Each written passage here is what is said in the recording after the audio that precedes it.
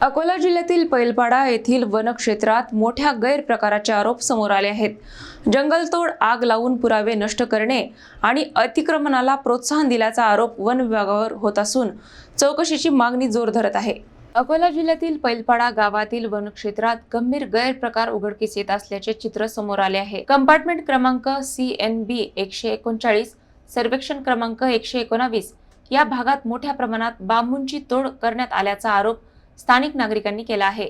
विशेष म्हणजे ही तोड केल्यानंतर पुरावे नष्ट करण्यासाठी जंगलात आग लावण्यात आल्याची चर्चा आहे। याच परिसरात अतिक्रमण रोखण्यासाठी TCM अंतर्गत कामांना मंजुरी देण्यात आली होती। 31 मार्च रोजी निधीही काढण्यात आल्याचे सांगितले जाते, मात्र प्रत्यक्षात कोणतीही कामे झाली नसल्याचा आरोप स्थानिकांकडून होत आहे। स्थानिकांच्या मते काही अधिकाऱ्यांनी शेतकऱ्यांना जंगलातील जमीन घेण्यास प्रोत्साहन दिले आणि त्यानंतर अतिक्रमण झाले, यामुळे वनसंपत्तीचे मोठे नुकसान झाले आहे। तसेच तोड केलेल्या झाडांची वाहतूकही झाल्याचे समोर येत आहे। या संपूर्ण प्रकरणाची सखोल चौकशी करून संबंधितांवर कठोर कारवाई करावी, तसेच उर्वरित जंगलाचे संरक्षण करण्यासाठी तातडीने उपाययोजना कराव्यात, अशी मागणी नागरिकांकडून होत आहे।